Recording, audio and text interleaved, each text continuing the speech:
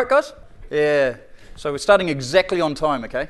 Because, you know, analytics guys, we want to make sure that we're perfect and we're right when we're doing things. Okay, so look, this is all about using Azure to build a BI solution in the cloud. My name is Rob Hawthorne. For those of you that have no idea what I am about to talk about, I know you're only here to win the drone that you saw coming up on Twitter. Okay, so we've got a drone here to give away. Just like last year, we had a helicopter to give away. But unfortunately for you guys, you have to wait till the end of the session before you get it. So, what are we looking at? There's been all this talk about cloud. You know, migrating all your workloads to the cloud and making it all a seamless environment that you can scale up and make it happen for you. But up until recently, there has been no way to do true BI as a platform as a service. You could do it as infrastructure as a service by standing up a whole pile of virtual machines and installing SQL Server and analysis services, reporting services, the whole works. But there was no way to consume internal and external data and pump that up there as a true service. So what we're going to look at today is actually how you can do that with some of the new capabilities that have been released in Azure. I've just had a chocolate bar, so I'm talking really fast. Okay, so the sugar will wear off in a minute and then I'll be back to normal. So what we're going to do is we're going to look, this is pretty much full of demos, okay? I've got a whole pile of slides in here, but the slides are really more for you guys as a pointer to get started with later on rather than as anything that we have to go through in depth. So we're going to go through pretty much the end-to-end architecture and how I've got this entire thing to work. It's on quite a small data set because I didn't actually have access to a large data set, but you know, it's an interesting data set at any rate. So when you're looking at going to the cloud, there's some things that you have to do. You know, there's some upfront considerations you've got to make. Oop, that slide's labeled slightly wrong. But anyway, this is a quote that's come from Gartner, basically saying that the way that we build data warehouses today is going to dramatically change. And I don't think that's any secret to you guys, right? I think you're all pretty well aware that going off and building a standard ETL process over a Kimball-based dimensional model or even over an Inman-based dimensional model is just going to change. It has to. This side of the room is really dark. That's quite weird. Easily distracted. So here's our traditional data warehouse, right? So we've got some data sources. They can be our ERP systems, CRMs, line of business apps. We put some ETL over the top of it, hopefully SSIS, maybe Wordscape Red, maybe. Build a little data warehouse and then put some BI and analytics on it. What's the problem with this? Problem number one, our data volumes are constantly increasing. The size that our databases are now, 4 or 5 times the size they were 2 or 3 years ago. People want real-time data. They don't want to have an overnight batch update process for data anymore. They want data available to them now. Where's that light coming from? Oh, it's for this. Hang on, sorry guys.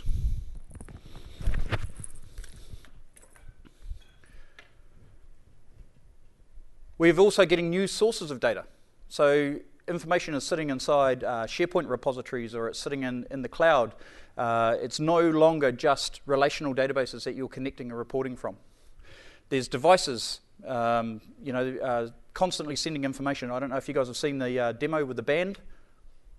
So there's a Microsoft band, and basically that's constantly collecting your heart rate and sending it up to the cloud, and you can capture that data and use it for your own purposes. So, with that growth and that explosion of different forms of data is changing the way that we have to think about what we're doing for building, reporting, and analytics-based solutions.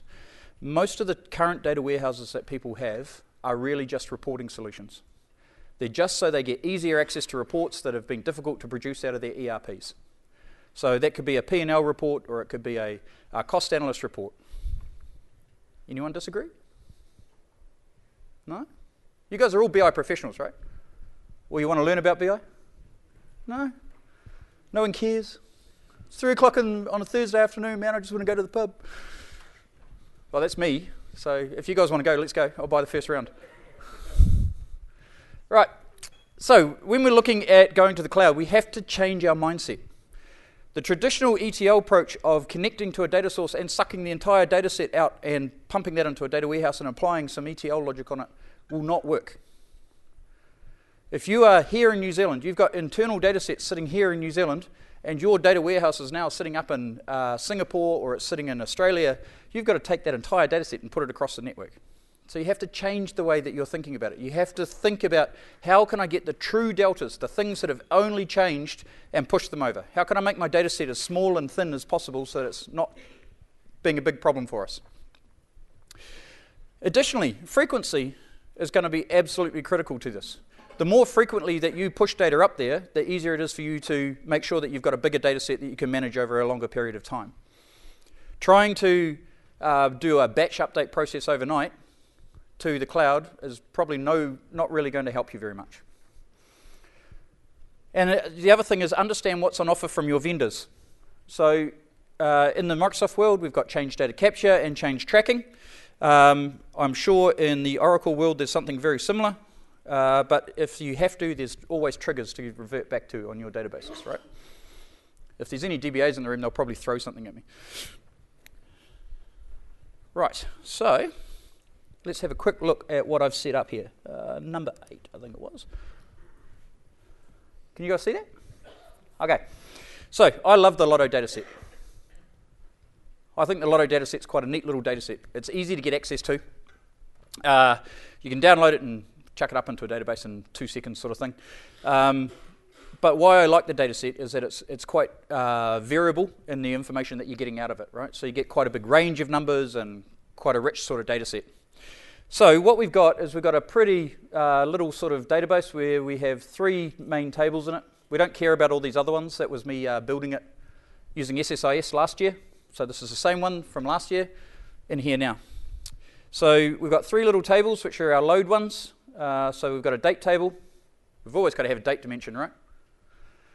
We've got Powerball. And we've got a strike table. So, first giveaway. Who can tell me what's the difference between strike and regular lotto? There we go. And what's the key part about it? Oh, sorry, in case you didn't hear that, it's the first 4 numbers versus 6. You got another one. What's the key part about those first 4 numbers? Sequence. That's it. It's absolutely critical that you have the right sequence. So, winning number 1 through to 4 has to be in that order every time. So that's why Lotto's actually split that data set in 2. Just a little bit of background info more than anything else. Okay, so what we're pretending here, though, is that this is an internal application that we've got. So a little line of business app where we've got business users putting in information all the time. And we've got a nice squeaky stage. Yeah? Yes, it's true. As Bart just rightly pointed out, I've put on a couple more kilos than I had last week as well. Last year as well. Jeez. Last week as well, probably, being here for a week. So we've got this nice little data set here with some information in it. Our users are entering data all the time. So they're coming along and doing inserts and updates and deletes and changes, etc. So what I've done on this database is I've enabled change tracking. And we can see the tables that have been enabled for change tracking. So we've only got 2 that have been enabled, and there's a reason I've only done 2, and I'll explain that to you shortly. If you joined that object ID to sys tables, you'd find out what the name of the tables were. I was just lazy when I did it, so there was not much point, right? And then basically we've got a couple of stored procs which tell us changes that have gone on. So the first part of the stored proc is that, don't need that one. The first part of the stored proc is basically taking a value to say whether we're going to reinitialize the entire data set, i.e. we need to do a full load, or whether we're just going to take the deltas. So if we look at this at the moment, there's our deltas at the top, there's none there at this stage, and there's our full data set down below. So if we now go along and run our little update statement, and our insert statement, we have a look at that. We now have 2 records sitting inside there, so we know we only need to load those 2 records. We can do a full reinitialize at when we first run our ETL, or run our first process to push the data up. Or Microsoft has this lovely service called UPS as a service, where you back up your database, you put it onto a flash drive, you send it over to them, and they'll restore the database for you. Okay, so there are ways of getting a full data set up there if you don't have things like ExpressRoute, because having even an Azure VPN is not particularly fast. So this tells us that a record got inserted and that a record got updated, the sys change version that's now moved to for that particular record, and which columns got affected. So if you wish, you could even just take the business key for a delete and push it up, and you could just take the full record for an insert, but also only the changed value for an update if you really wanted to make your process really thin. How do we do this? We've got this lovely long piece of code here, but really all this does for us is just uses some internal functions to retrieve the changed versions for us, and then we use that to give us a less than or a greater than. There are other ways of doing this. You can use, there's another function where you can pass in the version number that you want as well and return that, but I like using the greater than and less than one. Who can tell me the difference between change tracking and change data capture? Wow, it's really quiet in the audience. Guys, there's some seats down here. You don't have to stand up in the back. That's all right. Okay, somebody put their hands up. Who did it? Yeah. Change tracking identifies the records that have changed. Change data capture actually creates a copy of them. You got it, my man. There we go. I'm going to throw a water bottle at you, but that might hurt. So we'll get you a power bank instead. Bart's going, what? Oh! Not as bad as Clive one year. So Clive and I are presenting over in the other building over the road there, and we're giving away chocolates. And Clive's aim wasn't so great. He throws a chocolate out to the audience, and there's some lady, it was supposed to be for a guy behind, and there was some lady sitting there typing away on her laptop, boom, straight in her head. We did say to her that, she should have been paying attention rather than working on her laptop, but that probably didn't go down so well either. Yeah, so change tracking just keeps the record that's changed. Change data capture keeps the history. So you have what the value was before and the value afterwards. So that's really important for auditing purposes, right? So financial organizations use that all the time, and I guess that's probably the biggest use here in New Zealand. Whoa, come back. This is what happens when you connect to your server, which is sitting in a wine cellar in my house at home. So that's where that one's sitting. Okay, so now we've got that little database sort of sitting there, and we've prepped the data, and we're making sure we're getting a nice thin load going up or being made available for us, just with a couple of basic stored procs to be able to do that. There's a whole pile of this source code online, but if you guys want it, email me, I'll send it through to you. Right, so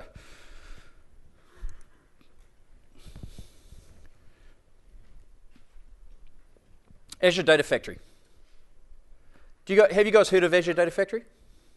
There's so many releases coming out with Azure at the moment, it's really hard to keep up. Like I focus solely on the Microsoft world, and I struggle to keep up with everything that's coming in. It's massive. So we've got a couple of people that have heard of Azure Data Factory, but for those of you that haven't, basically it allows us to do data processing. So I want to say ETL in the cloud, but that's not quite true. Okay, it's more a way of creating a data pipeline, so a series of activities that you will want to apply to a data set to actually make changes to it or to load it or to do whatever it is that you want to do. At the moment, it's quite a straightforward, simple pipeline that you create. There is quite a strong roadmap for Azure Data Factory services, and you can also create plugins for it using Visual Studio. So if you're a C# developer, you can create plugins that you can upload to it to do more rich, complex processing. As it says, they're initially focused on Azure and hybrid movement, okay? Which is pretty much what our demo is all about. So, let's have a look at Azure Data Factory services. Okay, we're back. So again, you guys are probably sick and tired of seeing this portal. You probably have seen it about 40 times by now. But it's much nicer than the old portal. And basically what we do is we come into here, and you can see there's a whole pile of capabilities available. And I have in here a SQL database, an Azure SQL database, surprisingly enough, called Ignite 2015 Demo. Who would have guessed? Clive and I were having a bet yesterday about how many of these got created over the last week. We reckon if MS ran a script over it, there'd be a massive amount of them popping up. So basically this is just a small unit that I've created. It's sitting up in the West US. And why I put it in West US was because I want it to be close to my ETL service. The first time I started doing this, I had my ETL service sitting in Singapore and my database sitting in Australia. So what was happening? It was round tripping, right? The entire thing. So you want to avoid that. It's one of the reasons that we don't use SSIS for pushing data up into the cloud. Because if you are doing ETL from on-premise and you're trying to write it to an Azure SQL database up in the cloud, and you're doing all these transformations, and you're using SSIS properly, you're bringing all of that back into memory on your local machine, and then pushing it back up again. But if you're just using SSIS as a or as a workflow engine for stored procedures and Transact SQL, then you'll be using the Azure database. Right. Okay. So we've got a SQL database sitting there, and we've got a data factory available to us in here. Now I've pre-created two of these, right? So the first one was one that I can just nuke and play around with and do bits and pieces, and then I've got the Ignite one here, which you can see is sitting in the same location as my databases. Sorry, I lost my train of thought then. Whew, just disappeared. First of all, you click on it, you get the nice little expanding sort of Azure capability. Oh, sorry guys, I did forget a really key point. How do I make that data that I've got available in my internal environment available to the external world? There's a little piece of software that's been released. Sorry, speak up. Close. It's this little piece of software here when I'm on the right machine.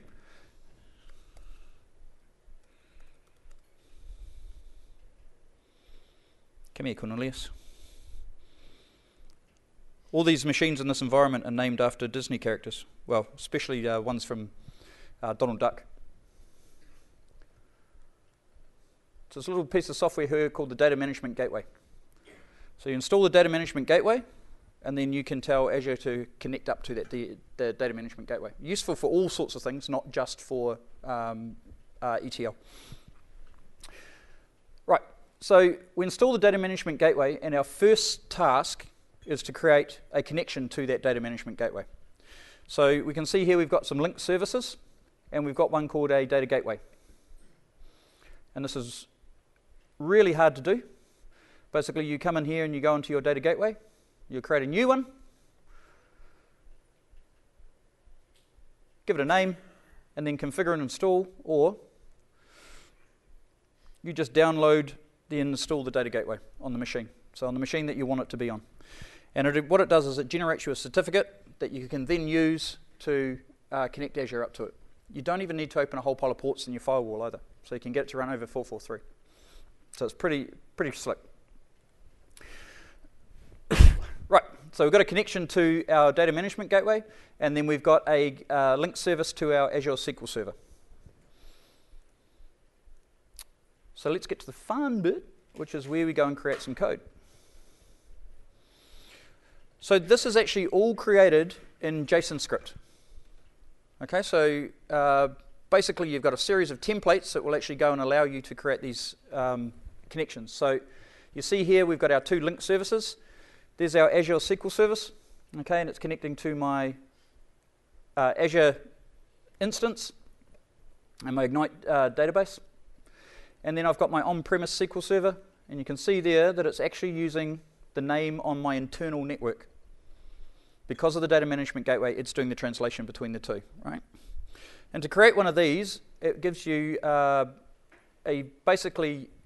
you've created them, in the Data Factory Service area, they'll appear here for you. And then you've just got to go and put in your usernames and passwords and what data gateway you're using for them. Then we create a data set. So first of all, we've got to get the data out of our internal environment. So you remember those two stored procs that I created before? All we do is we go off and we have ourselves a data set which is hiding from me. Where's the strike one, guys? Load strike. Down, down, down, down. There it is. Okay, so this is my on-prem strike one. So this says to me, this is the table I am coming from, my load strike. it doesn't really do anything at this stage, right? It just says that this is the table I am going to use, and this is the link service that I'm going to use with it. Very similar when I've created my load strike for my Azure instance. So if we look at my Azure instance, I have a strike table here. You can't see the columns for some reason in this new version.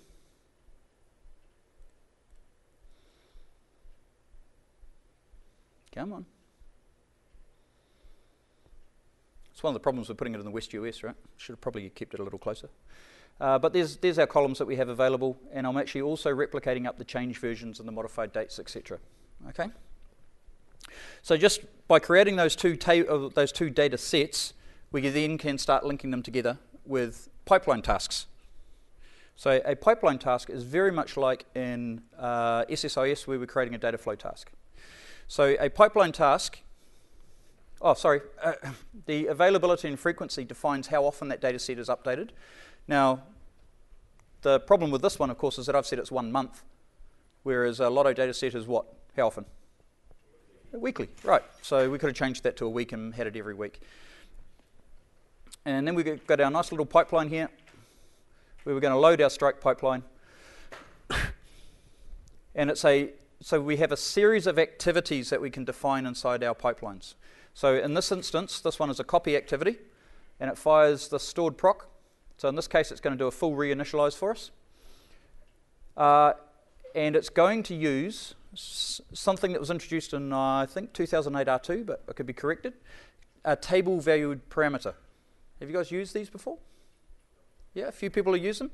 So table valued parameters are kind of cool, because in the old days, or previous to actually having them, we used to have to turn a row of data into either an XML string or a series of comma delimited values and pass it to a stored proc and then write functions to go and parse that and deal with it. What the table valued parameter actually allows us to do is to define the schema of our table and create basically an in-memory table set that we pump that data into and then pass it to the stored proc as a full table.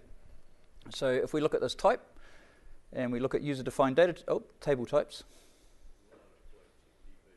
Sorry? Yeah, I haven't had a problem here with this one because the data set's so small. So another good reason for keeping your load process very small. As this gentleman pointed out, it will overflow tempDB if you're not careful with it. But basically, the table valued parameter looks exactly like my table, just has a different name. Now, you might have noticed in my internal environment I was using schemas. In this environment, I haven't. And that's because I ran into a little problem with schema definitions and the table valued parameters. So, yeah, it's a nice little challenge that we get into, and we'll have a look at that when we pull this apart. So, what we have here is first of all is the stored proc that we're calling, then the stored proc that we are passing the data set to using the table valued parameter, and then the inputs being our on-prem SQL and our outputs being the Azure SQL. So it's fairly easy to define. We define a scheduler frequency for it and when we want it to start and end. So if we have a different scheduler frequency, so this is a little gotcha with it, if you've got a different scheduler frequency in here than you have on your data set, it won't work. They've got to match. So you can end up with quite a few pipelines to do a little bit of work, right? So then if we have a look at our stored proc that we call to load this data,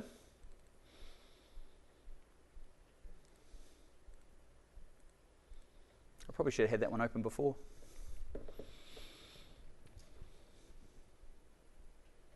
Oh, look at that. I didn't even press start on the timer. Hi! You guys are going to have to keep me honest now. Right. So there's our stored proc with our table valued parameter being passed to it. Now, where I got into an issue was with this variable here at the top. So when I was trying to use schemas to define my stored procedure and the structure of my database, I found that this parameter had to have the same name as the underlying base table. So, of course, using a schema didn't work because parameters won't accept dots in their name. It was just one of the little funky things that we ran into. So I've lodged it with the guys up at MS, and they'll probably tell me, yeah, we'll do something about it sometime. So, okay, so we've got an insert statement. I could have probably just used the insert flag on the records when I'm passing them up, because I know what's been inserted, updated, and deleted. However, I just said where it's not in the existing data set.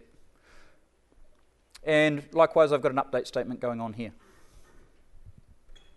One of the interesting things that I found with getting started with Data Factory services, first of all, was every time it ran, so it's sitting there running on that schedule that you define, it would take the same, so when I first started I had like about 10 records, and I was loading those up, and my 10 records were turning into 20, 30, 40, 50 every time, because it just kept inserting those same records. There's no built-in logic for dealing with the fact that there's existing data that's already there. So you have to build something around the outside to deal with that coming in.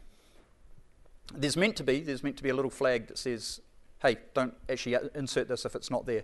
But there's a tweak coming that's going to fix that. So pretty simple to load that in.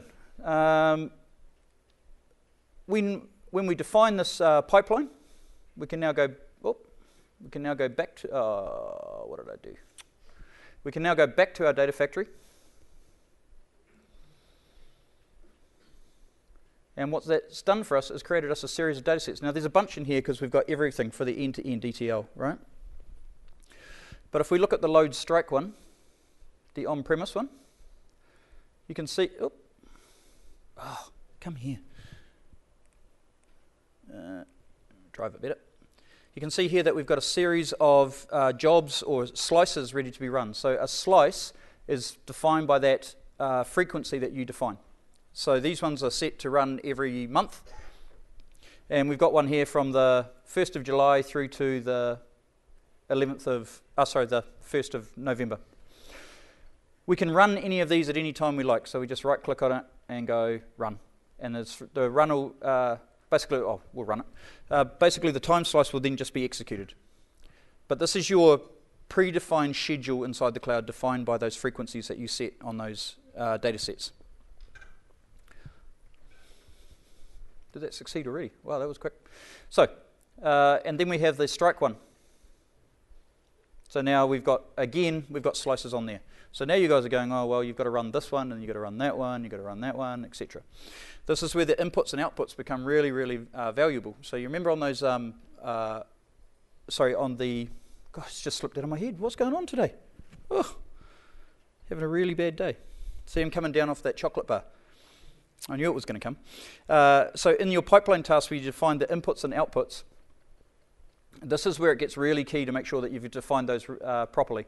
Because if you've got your inputs defined well, when you come back into the data factory, come on. Oh, look, I'm chasing people away already. You can draw a nice little pretty diagram, which will show you your flow flow from your inputs through to your pipelines and where you go from there. So if we look at our strike one, we can see that we're going from the on-prem through to Azure SQL, and we're going through one pipeline that has one activity in it. Now we can go and open that pipeline and expand it out to go and see what other activities it's got, but this one only has the one copy activity. Okay, so it's a little bit more robust than SSIS is for seeing the lineage or the data or the flow of your data set. How do I refresh the factory? There you go. There's some also, I need to zoom this down a little bit. Sorry, guys. Come down, down, down, down, down, down. You can define multiple activities as well. So the first activity we looked at was just a simple copy activity, but you can have a stored procedure activity, or you can have a hive or a pig, or a whole pile of other activities that are available to you. There's about 6 at the moment. And you can have, in a single pipeline, it perform multiple activities for you. So in this one here,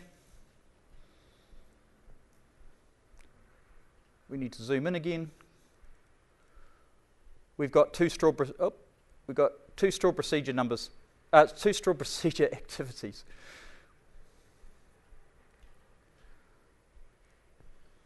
You can also see the lineage of where you've gotten to. So I have a result set here, and I can highlight how I get to that result set. So if you've got a really big flow of pipeline, it just means that it'll just dim out all the ones that aren't relevant to you. Yeah? Can you recycle your pipeline from the data Yeah, you can pump back into on-prem if you wish. Yeah, I'm just thinking, why would you do that? But yeah, you could. You can if you want to. So it gives you an end-to-end workflow. You also get to be able to see the status of your different tasks from your data sets, so you can tell when they succeeded last, how long they took to run, all that sort of great stuff, right? All the sort of management capacity that you'd expect to see. So you can see this one here took 31 seconds to run.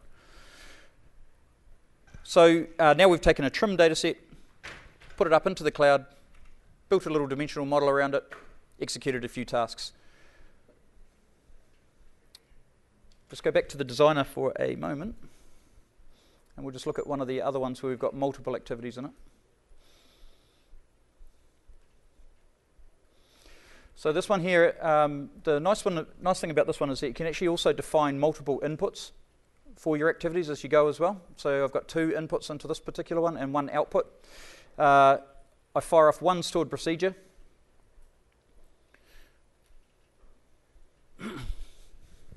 Gosh. Maybe it's this one. Where's the one that I've got 2 in? Yeah, this one. So we've got a dimension called winning number, and we've also got another dimension called draw, and we've got 2 stored procedure activities. In here, those are the activities that are available to you at the moment. Okay, so you can add stored Sprock. It's a terrible name. Hive, pig, copy activities, etc. Okay. Also, the data sets that you can connect to.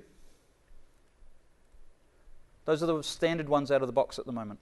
So there's quite a few data sets that you can connect to consume data from. So if you, like I didn't actually have to put that Lotto data into a SQL database. I could have actually just exposed that Excel spreadsheet via the data management gateway and consumed that inside here. But I wanted to demonstrate the point of making sure that you are loading only the deltas that you needed to load into the data set. Alrighty. Cool. Okay, let's move on. Right, so we've got a few little slides, which really just goes through the steps of creating a data factory. I've just kept these in here for you guys so that you, when you download this, you can actually, you've got a little path to follow when you're planning it out. Right, this is probably the key piece to get through, to get your head around, is the slices and how frequently that they run. The frequency you can get down to at the moment is minutes, which is probably enough for most of us, I imagine. So over time, you'll probably get to a point where you probably even need to load data. Most of us in our data warehouses will be loading, what, 3 or 4 times a day at most. So if you can keep your Azure data set up, even if it's just your load tables up to date every few minutes, it's going to make your rest of your processing later on nice and easy. So the monitoring and manage bit was just seeing the report at the end there, so you could see how long things took to run through, and if you get any errors. Now, troubleshooting this thing is actually a bit of a pain at the moment because it's all fairly new. So trying to decipher what the error is when it's coming back can be a bit of a challenge. And however, once you actually get your head around it, it actually makes a bit of sense. So, for example, when I was first having the issues with the table value parameters, I was getting a SQL error saying at load underscore date is an invalid parameter. And I'm going, well, I don't have something called at load underscore date. I called it strike keys or something like, or load at date. Sorry, that's what I first called it. And then it wasn't until I got rid of the schemas and actually started running it as DBO and running through that process that you could actually debug it and figure out what was causing the issue. Right, so you can create custom .NET code so that you can wrap it in an ADF activity. So it gives you a lot more flexibility in being able to do some more complex tasks if you wish. Rightio, so because this is a full BI end-to-end demonstration, you've got to be able to see what we can do at the end as well, right? Oh, just before we move on, sorry chaps, ladies, the other way that you can define your data set, or sorry, your pipeline, is you can actually use SQL directly inside there. So what I've done with this one is loading the entire date value. So I've just defined a select statement, could have just created a view or done a select star, but we don't do that, do we? No one uses select stars, right? there's another little gotcha, is that if you break this onto another line, it doesn't actually understand the JSON that you've got. It's got to be on one big line, so it gets to be quite long and a bit onerous to look after. But this one here, basically, I take the entire date table every time and load it up there, and then I just do an in to check to see whether it's actually needed or not. It was really just to give you guys a sample of some of the different ways that you can load, either taking the deltas or taking a full set. Right, so how do we do the rest of our reporting? Or how do we do the next piece, right? So we've got a nice little dimensional model, we've got our data loaded in it. Now we actually need to go and create some visualizations of that.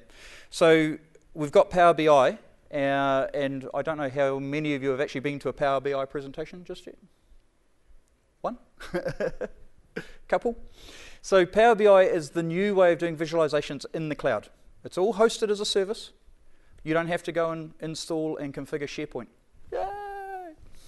So there's any SharePoint guys in here, I better duck, right? So previously, we had Power View, Power Pivot, Power Query. What else did we have? Huh? Power Map. Here we go, Power Map's another one. What else do we have, guys? What? Where did Power Desktop? Yeah, we'll get to that one. That's new. Who said he did? Okay. Well, maybe come and get it afterwards. The way I'm going at the moment, man, it's not going to help. Someone's going to get hurt. Right. So we had all of these tools, even Performance Point. And if you wanted to do visualization and reporting inside of Microsoft BI world, what a nightmare. Do I use Power View? Do I use Power Pivot? Do I use reporting services? Do I use Performance Point? Oh, wait, some of these things aren't compatible with others. I've got now 12 different tools for developing things in. Okay, so along comes Power BI. And inside the Power BI world, I'll just switch back to the sides just for a sec. We can get, basically the idea was to get all of your data in one pane of glass. Okay, that's been Microsoft's mantra. So that you can get a visualization of that from across your enterprise in one single place, whether you're on-premise or not. So these are all published up inside Azure. Live dashboards, all that lovely stuff that we get. Surprisingly enough, drill through. Who would have ever thought drill through would be relevant inside a dashboard? Try doing that in Power View at the moment. It's not much fun. Whole pile of new visualizations. So you're getting funnels and gauges and combo charts and heat maps. Heat maps, they sort of disappeared in after the acquisition of ProClarity, if I can say that properly. We haven't seen them for a very long period of time. You could sort of create them inside Excel, but... Oh, that's another one, Excel services. So now I had Excel services as well for rendering reporting. You get a natural language query. Now, for those of you that have been around for a long time, that sounds awfully familiar to what? Yeah, SQL 2000 I thought it was, but it might be 7. It was 7, was it? Yeah, it was called Natural Query Language. Come and see me, I'll give you a power bank at the end, mate.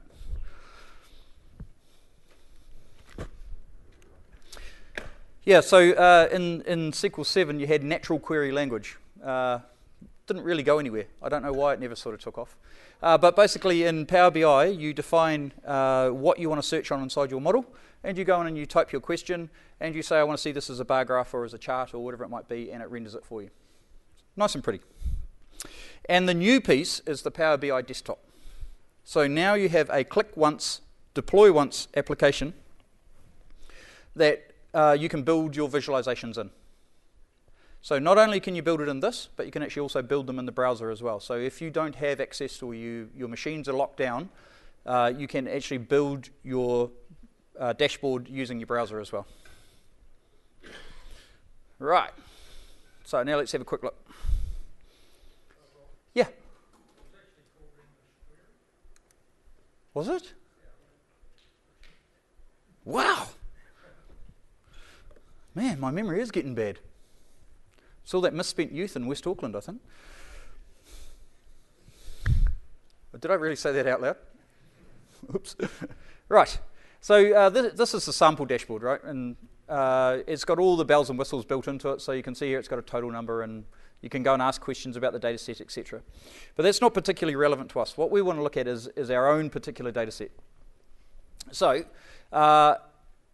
using the Power BI desktop, I've used some of the new bits and pieces that we've got, and we're now showing the number which is repeated the most over every single type of draw that Lotto has over all time.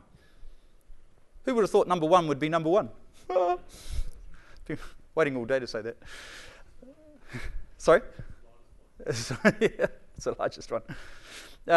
Number 28 being the least repeating number. So if you're now looking at your Lotto data and you're going, hey, I want to choose my numbers, you're not going to choose number 28, right? We should get to the stage of feeding this into Azure Machine Learning, right? Yeah, that should have been the next piece, but oh well. Then basically, we've got a filter here, so I've just got the last 10 draws filtered in there so that you can go along and you get interactivity. So I can go and take out those particular draws, and I can get to relevant information to what's showing for those draws. The heat map's not changing because the heat map is based on date. So in the heat map, you can see that number 1 was the most popular number for 2002, 2004, and 1993. We can also see here that number 39 was the most popular number for 1988. So this data set goes back to 87, so that's why I like it so much, is because it's quite variable, right? Over here, we've got a nice little pretty graph that sort of shows us the total draw and the average associated with those draws. Average being based on the number of balls, and the total being the summation of the number of the balls. Does that make sense?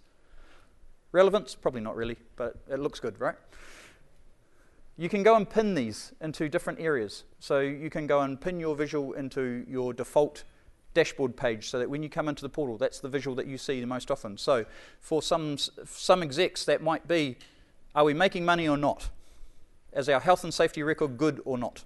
Okay, so it can be pretty simple stuff like that. So I built all this using the Power BI desktop.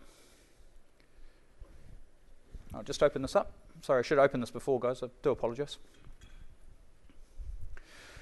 And what we do, first of all, is we connect to our data source. And our data in this case, is sitting up in our Azure database engine. So there's a whole pile of different sources that we can connect to out of the box. So you've got all these different ones you can go and build queries on. You can combine them all together inside one area. So what are you guys beginning to see now? So it allows people to do data mashups, right? It allows analysts to be able to pull data from different sources and mash it up together. There's also some out of the box for things like Google Analytics and Facebook, etc. But for us, we were interested in Azure, so I connected to an Azure database. Here's our little dimensional model with our winning numbers, results, date, and our draw. Then I created some additional little queries for doing things like the least repeating number and the most repeating number. You wouldn't believe how difficult that was to do. That took 3 of us yesterday to try and figure that out. So we ended up writing queries inside SQL and exposing them as views. If you guys want to know why it was difficult, come talk to me later.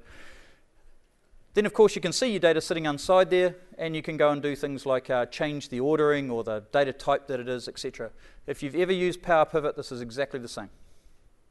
So this is basically your replacement for Power Pivot at this point. You can go and create new queries. So you can go and edit the queries. And for those of you that saw it, these are the tables that I had defined, but then I built this new one here called Last 10 Draws. So this one is actually just the draw table. You can just duplicate it, give it a name, and then go and start applying some relevance to it. So I might want to get rid of anything that's got the -1 in it. I might want to change the ordering to being descending, and then I might want to filter so I only keep the top 30 rows.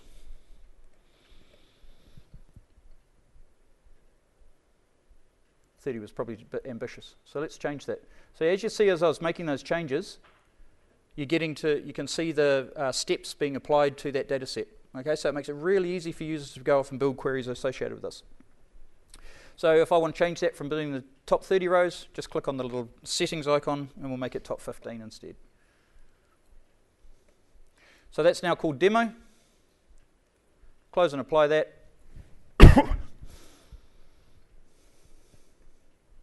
and that little data set will be available to us. So it's really just just a way of reformatting the tables that we've got already. Okay, so quite a simple sort of task to do.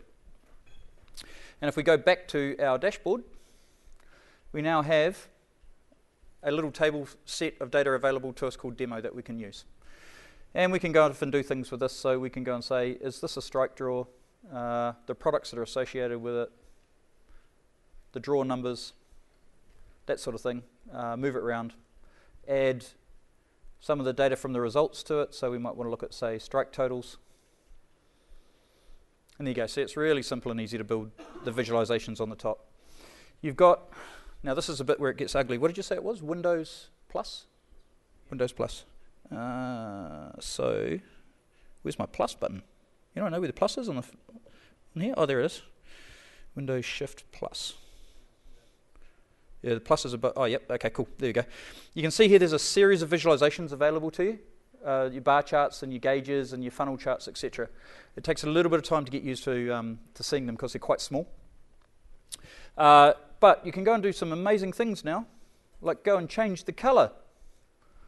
Do you remember how hard it was to change the color of a graph inside PowerView? It's absolutely ridiculous. So those sorts of features have been brought in as well. How do I go back? I'm just show Windows Plus. Whoop. Minus, minus, minus. Escape. Let's try that. Oh, look. Miss Jenny Caldwell from the school's trying to get a hold of me. Uh-oh. My son's in trouble again. Probably like his father. Right, so we can take this dashboard now. Oh, sweet. Heaps of time. We can take this dashboard now and publish this up to the Power BI service up in the cloud. But, and we simply do that by hitting the publish button, and that'll use my credentials that it's got on the machine and go and push that up into my Power BI subscription that I've got available to me in the cloud. However, not everybody might want to do that. So what has now actually been made available is not only published to Power BI in the cloud, but there's also a company that produces a on-premise server called Pyramid Analytics. And you can publish your Power BI components to an on-prem server. So that's if you've got any sensitive content and you're worried about data or information being cached up inside the cloud. Okay? So there is an option there. So 2 years ago, all roads led to SharePoint. Now, nothing really goes to SharePoint.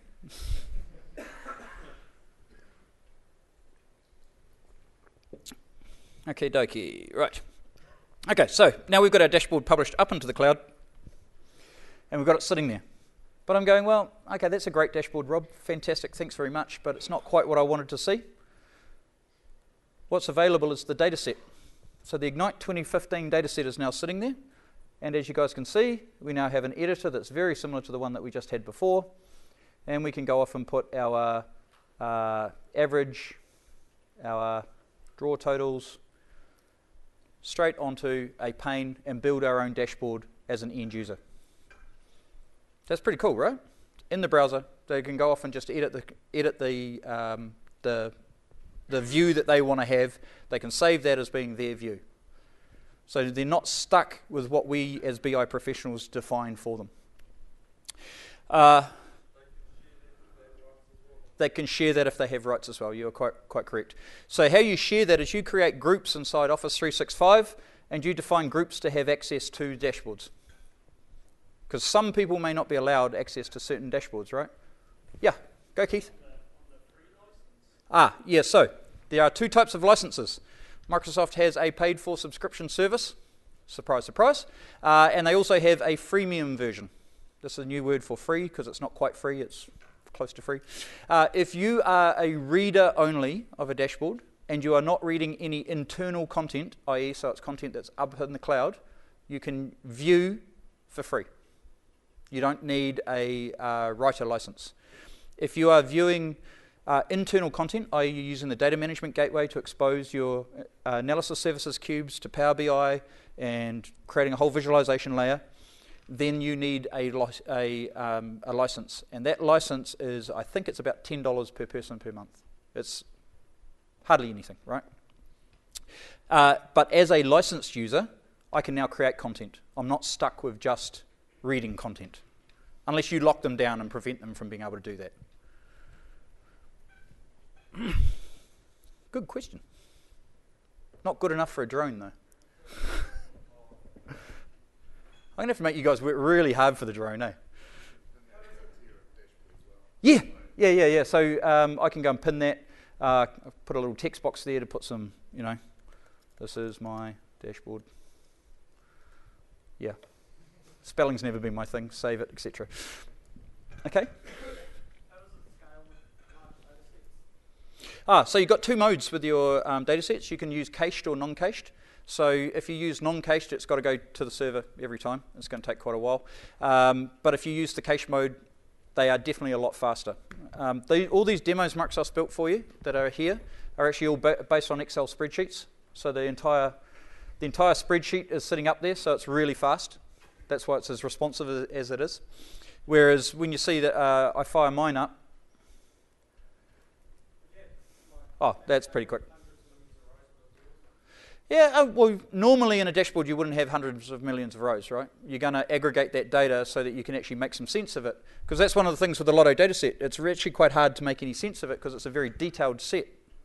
So to create an aggregation on it it's a bit tricky. Does that answer your question? Still, is it good enough for a drone? What do you guys reckon? No? No? Okay. Rightio. Right, so that's our visualization and reporting piece. Okay, so just quickly, some pricing for ADF. See there, it's pretty dirt cheap. Okay, so 0 to 100 activities will cost you $1. 100 plus activities, 80 cents. So if you want to use it for, and that's the high frequency, high volume stuff going through.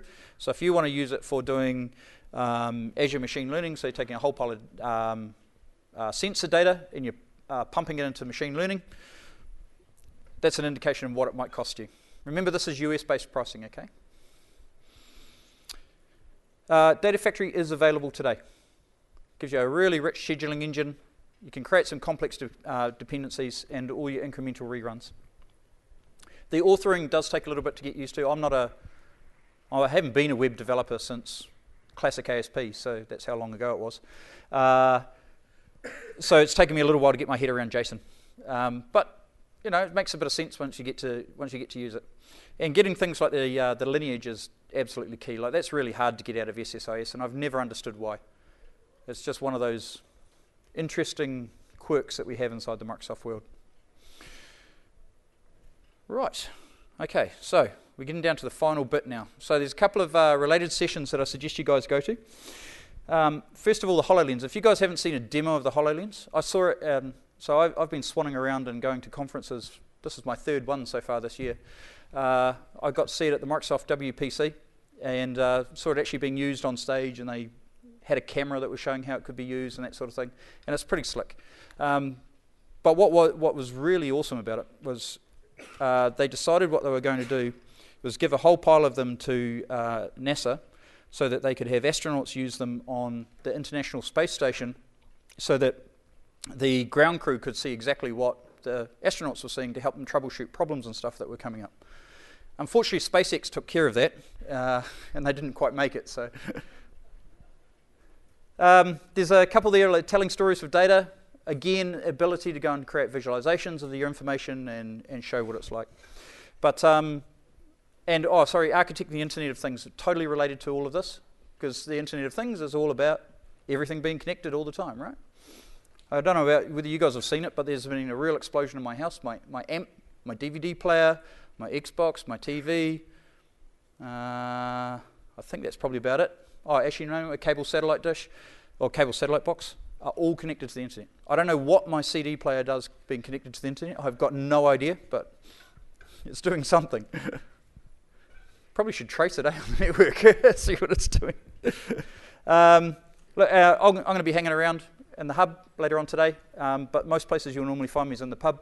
So normally hanging out with this guy. Right, okay, so how are we going to give away this drone?